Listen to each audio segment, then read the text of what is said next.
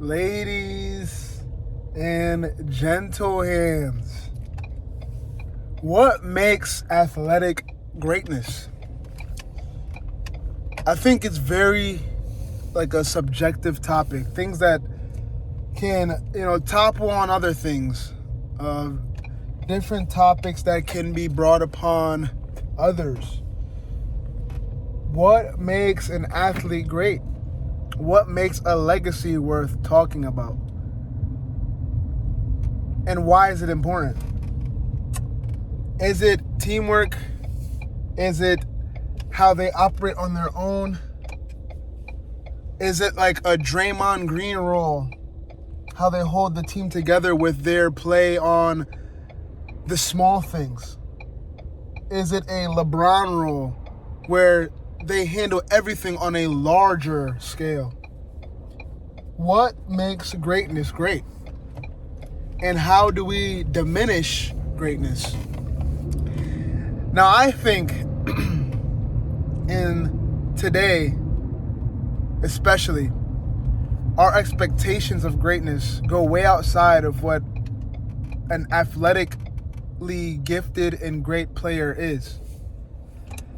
See, greatness athletically, I believe, contributes to winning.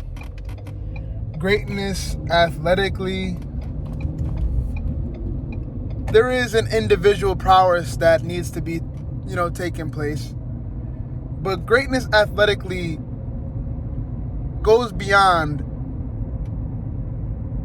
individual success and team failure. It has to. Because how can you be so great yet you have no impact to win and no impact to achieve team goals, team success? So we talk about a lot rings when discussing how great somebody is. And at points, I would like to agree. And at points, I would like to disagree. But the more I think about it, the more I think about legacy, the more I think about greatness, the more I think about contribution, the more I think about the scale of greatness, what greatness actually is. What is success, right? A championship, an award.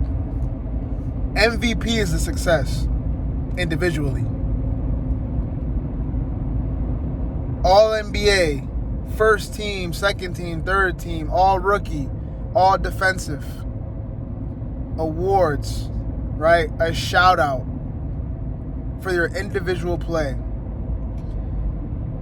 But what is a real success? A real success is a championship. What is real greatness? A scoring title or a title? At what point does group success trump individual success? And at what point does individual success include team success? That doesn't make sense. Well, hear me. You look at a player's individual success and you look for their titles. Well, at some point, that individual success would have to lead for the team, no? Because the team wins the title. So at what point do we take the two and we collide them and say, wait, you can't have individual success without a team? Is that true? It depends on what your scale is. That's why I say athletic greatness is subjective. Athletic greatness can look like a Barry Bonds. It can look like a James Harden. Great athletes with a legacy without team success. It can look like a Steph Curry. It can look like a Michael Jordan. It can look like a Derek Jeter. Great athletes with individual and team success. multiple rings, MVPs, postseason MVPs. It's all subjective at the end of the day. How you look at greatness depends on the topics you demand. But I think where we've got the conversations messed up is we're not thinking subjectively. We're not thinking on how greatness can be impacted both individually and in a group.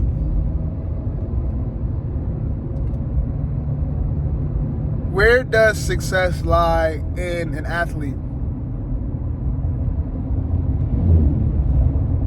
Your answer is your subjective reason. Statistically, group efforts, or individually?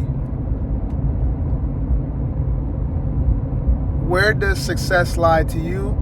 And that'll be your answer for athletic greatness. But that's why debates will continue to be had. I can't speak today. That's why debates will continue to be had, because in reality, we're all going to have a different idea. And with our idea, we're going to try to sway or persuade someone to have that same idea, to where my idea is better than yours, or my idea is more correct than yours because of subjective reason. Which leads to the title of the video: Athletic greatness is subjective.